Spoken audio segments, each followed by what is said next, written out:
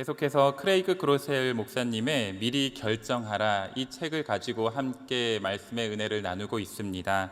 오늘은 그 세 번째 시간으로 나는 하나님께 충성할 것이다. 이 충성에 관하여서 함께 살펴보고자 합니다. 우리 성도님들은 충성이란 단어를 들으시면 처음으로 떠올리는 그 이미지가 어떤 것일까요? 어떤 것이겠습니까? 여러분들은 충성이라는 말을 들으면 아니면 생각해 보면 어떠한 모습이 떠오르곤 하십니까? 저는 충성이라는 단어를 들으면은 제 군대 생활이 가장 먼저 떠오릅니다. 왜냐하면 제가 경찰서에서 정문 초소를 지키는 전경이었거든요. 2년 동안 했던 것이 입출입하는 직원들에게 충성하면서 경례를 하였던 일이었습니다. 그리고 또 우리 성도님들 중에 영화나 드라마에서 경례하는 또 충성을 외치는 군인들 혹은 여러 모습들을 본 적 있으실 테고요. 그리고 또 누군가에게 충성하는 몸과 마음을 가지고 전장으로 뛰어가는 그런 군사들의 모습을 떠올리시는 분들도 있으실 겁니다. 마침 내일이 또 광복절이지요. 일본으로부터 해방된 것을 기념하고 대한민국 정부 수립을 축하하는 우리나라의 아주 중요한 기념일이자 국경일입니다. 그래서 여러 곳에 태극기를 달고 또 기념 행사를 하곤 하는데요. 이런 국가 기념 행사를 할 때마다 빠짐없이 들어가는 순서가 있습니다. 다들 잘 아실 겁니다. 바로 국기에 대한 맹세이지요. 국기에 대한 맹세 다들 학교 다닐 때 해본 적 있으시지요? 네, 다들 기억하고 계실 겁니다. 그런데 우리 성도님들이 학교 다니실 때나 아니면은 일반 사회생활 하실 때 하였던 그런 국기에 대한 맹세 내용과 오늘날의 내용이 조금 바뀌었다는 것까지 알고 계십니까? 한번 화면을 띄워주시면요. 우리 성도님들이 아마 잘 아시는 내용은 위에 있는 내용일 겁니다. 나는 자랑스러운 태극기 앞에 조국과 민족의 무궁한 영광을 위하여 몸과 마음을 바쳐 충성을 다할 것을 굳게 다짐합니다. 저도 이 내용을 참 많이 외쳤던 기억이 납니다. 그런데요, 2007년 이후에 이 맹세문이 내용이 좀 바뀌었습니다. 시대의 상황에 맞춰서 또 사용하는 표현에 따라서 좀 변화를 준 건데요. 이런 거죠. 나는 자랑스러운 태극기 앞에 자유롭고 정의로운 대한민국의 무궁한 영광을 위하여 충성을 다할 것을 굳게 다짐합니다. 자, 중간에 그 내용은 좀 변하였지만 변하지 않은 것이 있습니다. 바로 나는 자랑스러운 태극기 앞에 충성을 다할 것을 굳게 다짐합니다. 그러니까 누가 누구에게 충성을 다하는지 이 핵심 내용만큼은 변하지 않았다는 거죠. 이 충성이란 단어를 사전에서는 어떻게 정의하는지 그 의미를 살펴보면 더욱 정확하게 알 수 있는데요. 충성을 사전에서 살펴보면 이렇다고 합니다. 진정에서 우러나오는 정성, 특히 임금이나 국가에 대한 것을 이른다. 자, 그러니까 어떠한 상황과 환경에 처한다 할지라도 진심으로 정성을 다하는 것이 바로 충성이라는 거지요. 우리 신앙생활도 마찬가지인 것 같습니다. 하나님을 섬기는 방법은 참으로 다양하지요. 여러 장소에서 여러 방법으로 또 여러 능력을 발휘하면서 하나님을 섬길 수 있습니다. 그런데요, 우리가 결코 변해선 안 될 것이 있습니다. 바로 충성을 하는 주체인 내가 충성을 해야 하는 대상인 하나님께 충성을 다한다. 이 내가 하나님께 충성을 다한다라는 이 핵심만큼은 결코 변해선 안 되겠지요. 우리가 오늘 함께 나누고자 하는 이 책의 내용이 바로 우리가 하나님께 충성해야 한다라는 이 핵심을 다루고 있는데요. 그러면서 이 그로시엘 목사님께서 책에서 제안하는 것이 그렇다면 우리는 하나님께 과연 어떻게 충성할 수 있을 것인가? 그 충성하는 방법을 여러 가지를 제안을 하고 있습니다. 그런데 오늘 이 시간에는 시간의 제약상 두 가지 방법을 구체적으로 우리가 함께 살펴보고자 하는데요. 바라기는 함께하는 우리 모든 성도님들 하나님께 충성하는 이 두 가지 방법을 마음에 잘 새기셔서 날마다 하나님께 잘하였도다, 착하고 충성된 나의 아들아, 나의 딸들아, 이렇게 칭찬받는 귀하고 복된 인생 되실 수 있기를 주님의 이름으로 간절히 축복합니다. 하나님께 충성하는 그리스도인으로 살아가는 그 첫 번째 방법은 바로 배가하기입니다. 2배로 늘린다라는 거지요. 자, 그런데 이 말이 조금 어려울 수 있습니다. 그래서 이 배가하기라는 방법을 제가 책을 읽고 이해한 대로 이렇게 한번 설명드릴 수 있을 것 같은데요. 바로 첫 번째 방법은 주인의 목적대로 살아가기입니다. 주인의 목적대로 살아가기. 하나님께 충성하는 방법은 바로 우리를 향한 하나님의 목적을 제대로 알고 있어야 한다라는 겁니다. 우리가 오늘 한 절만 읽었지만 마태복음 25장을 보면은 우리 성도님들께서 너무나 잘 알고 계시는 달란트 비유의 이야기가 나옵니다. 이 본문을 보면은 주인과 그의 종들 세 사람이 등장을 하지요. 그리고 주인은 자신이 타국에 가 있는 동안에 자신의 종들에게 자신의 재산을 맡깁니다. 한 사람에게는 금 5달란트를, 그리고 한 사람에게는 금 2달란트를, 그리고 한 사람에게는 금 1달란트를 맡기지요. 자, 그런데 이 성경에서 종이라고 하니까 우리가 흔히 생각하는 그 종의 이미지가 있지 않습니까? 이집트 애굽에서 노예 종살이 할 때 그런 종의 모습을 떠올리기 쉬운데요. 그런데 이 당시에 종들에게 달란트를 맡겼다라는 것은 매우 엄청난 일이었습니다. 여러분들 이 달란트라는 화폐 단위를 모두 다 잘 알고 계실 겁니다. 그런데 기억이 가물가물하신 분들을 위해서 다시 한번 설명을 드려보자면 이 한 달란트는요, 그 당시에 6,000데나리온이었습니다. 1데나리온은요 당시의 하루 품삯이었거든요. 우리가 이 6,000데나리온, 그러니까 6,000일 동안 일해야지 모을 수 있는 돈이 1달란트라는 겁니다. 우리가 1년이 365일인데 주일을 빼고 그리고 광복절 같은 공휴일을 빼면은 한 300일 정도가 되겠지요. 그러니까 20년 동안 매일매일 일해서 모은 돈이 다 합쳐야만 1달란트가 되는 겁니다. 자, 이렇게 설명드려도 아직 좀 이해하기가 어렵다라는 분들을 위해서 오늘날의 화폐 단위로 한번 생각을 해볼까요? 하루의 품삯을 10만 원으로 한번 계산을 해보겠습니다.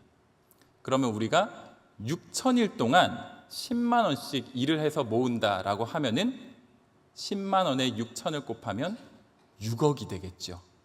그러니까 정리를 하자면 그 당시에 1달란트는요 오늘날로 하면은 약 6억 원의 가치가 되는 매우 엄청 큰 금액이라는 겁니다. 그런데요, 더 놀라운 사실이 있습니다. 제가 말씀드렸던 이 모든 내용은요, 그 당시에 은달란트를 계산할 때 사용되는 그런 가치들이었습니다. 성경에서 주인은요, 종들에게 은달란트가 아니라 금달란트를 맡기거든요. 금달란트는 은달란트의 약 15배의 가치가 있었습니다. 그러니까 금 1달란트는 얼마일까요? 9억에 15배를 곱해야지 금 1달란트가 되는 겁니다. 계산이 빠르신 분들, 자, 얼마가 될까요? 6억에 15배죠. 네, 6억에 15배니까 얼마가 되겠습니까? 450억이 되는 겁니다. 5달란트를 받으면요 450억을 받은 거고요. 2달란트를 받으면요 180억을 받은 거고요. 그리고 1달란트를 받으면 90억을 받게 되는 겁니다. 우리 성도님들 혹시 90억 가지고 계십니까? 저는 9억만 있어도 참 좋겠습니다. 그런데 이 종들은요, 주인에게 90억씩, 180억씩, 450억씩 맡겨 받았다는 거죠. 자, 이렇게 큰 돈을 주인이 종들에게 주었을 때는 분명히 그 목적과 이유가 있지 않겠습니까? 마태복음에는 그 목적이 나오질 않는데 이 마태복음 25장의 평행 본문인 누가복음 말씀을 보면요, 주인이 이 돈을 종들에게 맡긴 그 목적이 이렇게 나옵니다. 우리 함께 누가복음 19장 13절의 말씀 함께 읽어보겠습니다. 그 종 열을 불러 은화 열 문화를 주며 이르되 내가 돌아올 때까지 장사하라 하니라. 아멘. 자, 이 말씀을 통해서 우리는 이 주인이 어떠한 사람이었는지 한번 유추를 해볼 수 있습니다. 이 주인은요, 아마 장사를 하면서 돈을 많이 모으는 그런 사업이나 투자에 능통한 사람이었을 겁니다. 그리고 이 주인은요, 종들에게 돈을 맡긴 목적이 분명했습니다. 자신이 타국에 가 있는 동안에도 자신의 돈을 융통하여서 더욱 큰 수익을 얻고자 하는 그 목적으로 종은 주인에게 돈을 맡김 받은 것이겠지요. 자신이 타국에 가 있는 동안에도 끊임없이 수익을 내기 위하여서 종들에게 이 자신의 돈을 맡겼다라는 겁니다. 그리고 이제 시간이 흘러서 주인이 다시 집으로 돌아왔을 때 어떻게 했지요? 우리가 잘 알고 있는 것처럼 5달란트를 받은 종은 5달란트에 5달란트를 더해서 주인에게 돌려줍니다. 그리고 2달란트를 받은 종은 2달란트에 2달란트를 더해서 주인에게 돌려줍니다. 그리고 이 주인은 수익을 낸 두 종에게 착하고 충성된 종이라고 칭찬을 하지요. 자, 그런데 1달란트를 받은 종은 어떻게 평가를 받나요? 그동안 땅을 파고 주인의 돈을 감추어 두었다가 주인에게 1달란트를 그대로 돌려준 이 종은 아무런 수익을 내지 못한 무익한 종이라고, 악하고 게으른 종이라고 주인에게 비난을 받게 됩니다. 물론 아무것도 하지 않고 가만히 있다가 아무런 수익을 내지를 못했으니 이 종은 분명히 게으른 종이 마땅합니다. 자, 그런데요, 한번 생각해 볼까요? 아무리 그렇다고 해서 1달란트만 돌려준 것이 악하다고 말할 만큼 잘못한 일일까요? 우리 성도님들 악하다라는 말 어떨 때 쓰십니까? 아우, 저런 천하에 죽일 놈, 저런 극악무도한 사람, 이렇게 어떻게 사람의 탈을 쓰고 그런 일을 할 수 있냐고 할 때 우리가 그런 사람들에게 보통 악하다라고 말하지 않습니까? 그런데요, 지금 이 종이 1달란트를 받았을 때 1달란트를 다시 내어준 게 극악무도한 일인가요? 어떻게 사람이 저럴 수 있냐고 주인에게 그렇게까지 혼나야만 하는 일일까요? 이 종은요, 1달란트를 돌려주면서 자신이 이렇게 한 이유를 말씀에서 이렇게 고백을 하는데요, 우리 함께 25장의 24절 말씀을 함께 읽어보겠습니다. 1달란트 받았던 자는 와서 이르되 주인이여, 당신은 굳은 사람이라 심지 않은 데서 거두고 해치지 않은 데서 알았으므로. 아멘. 자, 여러분, 종이 무엇이라고 하지요? 종은 주인에게 내가 주인의 마음을 잘 알고 있다라고 말합니다. 하지만 지금 주인의 마음을 가장 모르는 사람이 누구입니까? 바로 이 종이지요. 주인이 어떠한 마음을 가지고 어떠한 목적을 가지고 종들에게 이 돈을 맡겼는지, 그 주인의 마음을, 주인의 목적을 제대로 알고 있다면 결코 이러한 일을 하지 않았을 거라는 겁니다. 사랑하는 성도 여러분, 성경에서 말하는 이 평가의 기준은 명확합니다. 주인의 마음과 목적을 제대로 이해하고 행동하지 못하였다면 그것이 바로 악한 것이라는 것이요. 우리도 마찬가지입니다. 오늘을 살아가는 우리 모두에게도 우리 삶의 주인이 되시는 하나님께서는 분명한 이유와 목적을 가지고 우리에게 참 많은 것들을 맡겨주셨습니다. 그런데요, 하나님의 목적대로 우리가 살아가지 못한다면, 하나님의 마음에 흡족하게 우리가 살아가지 못한다면 우리는 하나님께 악하고 게으른 종이라고 책망받을 수밖에 없다라는 거지요. 그렇기 때문에 우리가 항상 기억해야 할 것은 바로 우리에게 맡겨주신 하나님, 그 하나님의 마음과 하나님의 목적을 마음에 품고 살아가는 겁니다. 하나님의 목적대로 오직 하나님만을 위하여서 하나님께서 우리에게 맡겨주신 모든 것들을 선용하며 살아가는 것, 그것이 오늘을 살아가는 우리 그리스도인들의 삶의 모습이어야 한다는 것이지요. 함께하는 우리 모든 성도님들, 우리가 가진 모든 것들을 하나님의 마음에 맞추어서 하나님의 목적에 따라서 선용하며 살아가시는 그런 귀하고 복된 인생 되실 수 있기를 주님의 이름으로 간절히 축복합니다. 자, 두 번째로 그로시엘 목사님이 제안하는 하나님께 충성하는 방법, 그 두 번째는 바로 순종하기입니다. 순종하기. 자, 그런데 이 순종하기도 조금 내용이 어려울 수 있어요. 그래서 제가 이해한 대로 이 순종하기를 풀어보면 이렇습니다. 주인의 방법대로 살아가기. 주인의 방법대로 살아가기.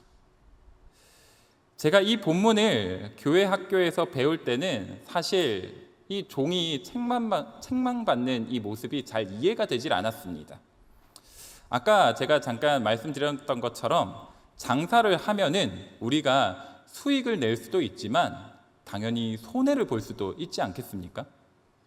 만약 장사를 해서 손해를 본다면 주인이 맡긴 원금마저도 제대로 돌려주지 못할 수도 있겠지요. 그렇기 때문에 저는 이 본문을 볼 때마다 원금이라도 보존했으니까, 그래도 손해는 보지 않았으니까 이 종은 그래도 평균은 하지 않았을까라고 항상 생각을 해왔습니다.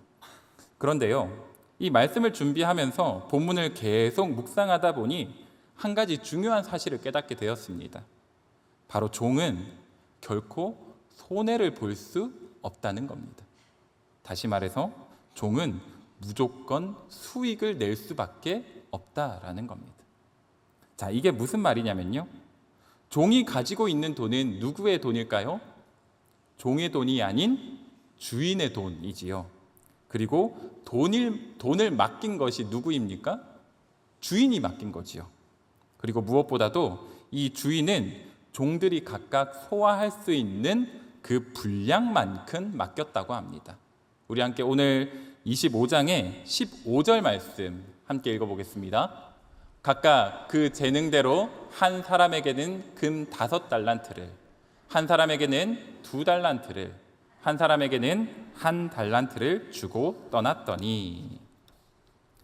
자, 주인이 1달란트를 이 종에게 맡겼다는 것은 무엇을 의미할까요? 바로 이 종은 지금 1달란트만큼은 충분히 장사해서 수익을 남길 수 있는 능력과 방법을 가지고 있다라는 것 아니겠습니까? 1달란트 90억이나 되는 아주 큰 돈이지요. 이만큼 큰 돈을 맡길 만한 사람이라면 분명히 주인의 밑에서 하루 이틀 지낸 사람은 아닐 것입니다. 주인과 함께 오랜 시간 함께 하면서 주인에게 신뢰를 쌓은 사람일 것이고요. 그리고 주인의 곁에서 주인이 어떻게 수익을 내왔는지 그 수단과 방법을 지켜보면서 잘 배운 사람일 것입니다. 그렇기 때문에 이 주인은, 이 종이 자신의 수익을 내었던 그 수단과 방법을 잘 배워서 1달란트 분량만큼은 충분히 수익을 낼 수 있겠다라는 확신이 섰기 때문에 이 1달란트를 종에게 맡겼던 것 아니겠습니까? 사랑하는 성도 여러분, 앞서 나누었던 것처럼 하나님께서는 우리에게 참 많은 것들을 맡겨주셨습니다. 그리고 우리는 우리에게 맡겨주신 그 모든 것들을 하나님의 목적대로 선용하며 살아가야 합니다. 그런데 많은 분들이 하나님께서 우리에게 많은 것들을 주셨다는 것은 알겠는데 이것을 하나님의 마음에 맞추어서 하나님의 목적에 따라서 살아가고 선용해야겠다라는 것은 또 알겠는데 이것을 어떻게 해야 하는지 잘 모르겠다라고 말씀들을 하곤 합니다. 오늘 책에 나오는 이 그로셸 목사님도 비슷한 상황을 참 많이 겪었다고 하는데요. 그런데 어떻게 해야 하는지 방법을 모르겠다라는 사람들에게 이 그로셸 목사님은 당신은 그 방법을 모르는 것이 아니라 그 방법을 이미 알고 있지만 그 방법대로 할 수 있는 그 자신감이 없는 거라고, 그 방법대로 했을 때 내가 실패하진 않을까라는 두려움이 더욱 크기 때문에 미처 그 방법대로 할 용기를 가지지 못하는 것이라고 말을 합니다. 그래서 저자가 제안하는 두려움을 극복하는, 다시 말해서 주인의 방법대로 실천할 수 있는 그 방법이 무엇인가 하니 책에서는 이렇게 제안을 하는데요. 바로 두려움을 생각하기 전에 주인의 방법대로 했을 때 나에게 주어지는 보상을 먼저 생각해 보라는 겁니다. 지금 내가 이거를 했을 때 실패하면 어떡하나 두려워 떨기보다는 내가 이것을 했을 때 나에게는 어떠한 것이 주어질 수 있을 것인가 라는 그 보상을 생각하면은 우리는 이 방법대로 할 수 있는 용기와 자신감을 가질 수 있게 된다라는 것이지요. 우리 함께 오늘의 본문이지요. 21절의 말씀을 다시 한번 읽어보겠습니다. 그 주인이 이르되 잘하였도다 착하고 충성된 종아, 내가 적은 일에 충성하였음에 내가 많은 것을 내게 맡기리니 내 주인의 즐거움에 참여할지어다 하고. 아멘. 자, 만약 한 달란트 맡은 종이 주인의 목적대로, 주인의 방법대로 주어진 일을 잘 수행해 냈다면 어떻게 될까요? 오늘 말씀은 이렇게 이야기를 하지요. 주인은 종에게 더 크고 중요한 일을 계속 맡겼을 겁니다. 그리고 주인의 신뢰를 얻게 된 종은 비록 종의 신분이지만 주인과 함께 먹고 마시면서 주인과 함께 즐기는 자리에 참여하는 영광을 누리게 되었을 것입니다. 하지만 이 종은 이미 방법을 알고 있었음에도 불구하고 자신에게 주어질 보상과 상급을 바라보질 못했습니다. 그리고 당장의 두려움에 사로잡혀서는 결국 아무것도 하지 않는 우를 범해버리곤 말았습니다.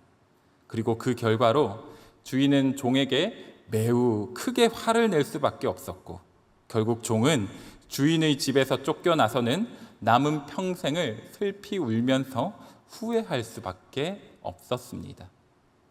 사랑하는 성도 여러분, 주인이 종들에게 자신의 재산을 맡겼던 것처럼 하나님께서는 오늘을 살아가는 우리 모두에게도 하나님의 소중한 것들을 참 많이 맡겨주셨습니다. 우리의 가정과 자녀들을 맡겨주셨고요. 그리고 우리의 기업을 맡겨주셨고 우리의 교회를 맡겨주셨고 이 나라와 이 열방을 우리에게 맡겨주셨습니다. 그런데 하나님께서 맡겨주신 이 모든 것들이 우리가 감당하기에는 너무나도 커 보이고 너무나도 두렵고 떨리는 것이 솔직한 우리의 심정이기도 하지요. 주어진 일들이 너무나도 많아서 정말 바쁜데 하나님께서는 주일 예배뿐만 아니라 교회에서 열심히 봉사하라고 우리에게 말씀하십니다.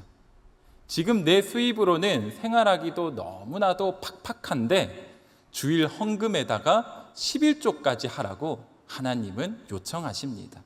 그리고요, 나 한 사람, 내 생명 하나 건사하는 것도 너무나도 쉽지 않은데 나의 가정과 나의 기업과 우리 교회와 이 나라와 열방을 하나님의 나라로 세워가라고 하나님께서는 매일매일 우리에게 요청하십니다.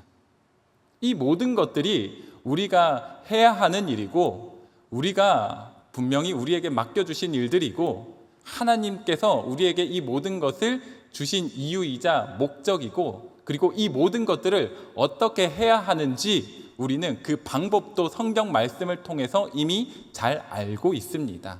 하지만 이렇게 살아갔을 때 내 삶이 점점 어려워지진 않을까? 남들에게 뒤처지진 않을까? 남들만큼 잘 먹고 잘 살 수 있는 그런 윤택한 삶을 이뤄내지 못하는 것은 아닐까? 이대로 했다가 만약에 하나님이 나를 제대로 인도하지 못하신다면 내가 이 세상에서 낙오되면 어떻게 될 것인가? 라는 그 두려움과 아픔과 절망이 우리에게는 더욱더 크게 먼저 다가오기 때문에 우리는 하나님께서 요청하시는 이 많은 일들을 제대로 수행해내지 못하고 있다라는 것이지요. 사랑하는 성도 여러분, 우리에게 주어진 것들로 인하여서 우리의 몸과 마음이 어려워질 때마다 오늘의 이 말씀을 마음에 새기셔서 날마다 기억하시고 묵상하시기 바랍니다. 여러분, 우리에게 모든 것을 맡기신 우리의 주인은 바로 모든 만물의 창조주 되시는 하나님이신 줄 믿습니다. 그리고 하나님께서는 그저 우리에게 맡기는 것으로 끝내지 않으시고 우리에게 하나님의 마음과 하나님의 목적을 깨닫게 하시고 하나님의 방법을 날마다 가르쳐 주셔서 우리 모두가 포기하지 않고 끝까지 하나님께 충성할 수 있도록 인도하여 주시는 줄 믿습니다. 그리고 마침내 하나님께서는 끝까지 충성한 우리 모두를 착하고 충성된 하나님의 자녀로 칭찬하시면서 하나님 나라의 천국 백성으로서 하나님의 즐거움에 참여하는 영광의 날을 맞이하게 하여 주실 줄 믿습니다. 우리 성도 여러분, 오늘 말씀을 마음에 잘 새기셔서 하나님 나라 천국 백성으로서 즐거움에 참여할 그 날을 기대하고 소망하시면서 날마다 하나님께 충성하며 살아가기로 결단하는 사랑하는 모든 성도님들 되실 수 있기를 주님의 이름으로 간절히 축원합니다. 사랑의 하나님, 오늘도 변함없이 우리를 사랑하셔서 예배의 자리로 인도하여 주신 은혜에 감사드립니다.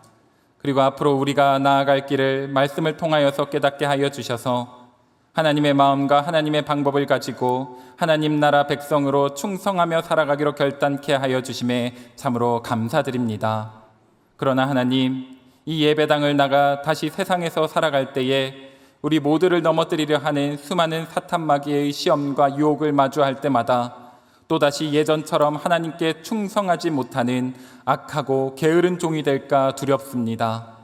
그러할 때마다 하나님, 우리의 믿음을 더욱 굳세게 하여 주셔서 눈앞의 두려움보다 더욱 소중한 하나님 나라의 상급을 기대하게 하시고 담대히 앞으로 나아가기로 결단하는 우리 모두가 될 수 있도록 주님 친히 인도하여 주시옵소서.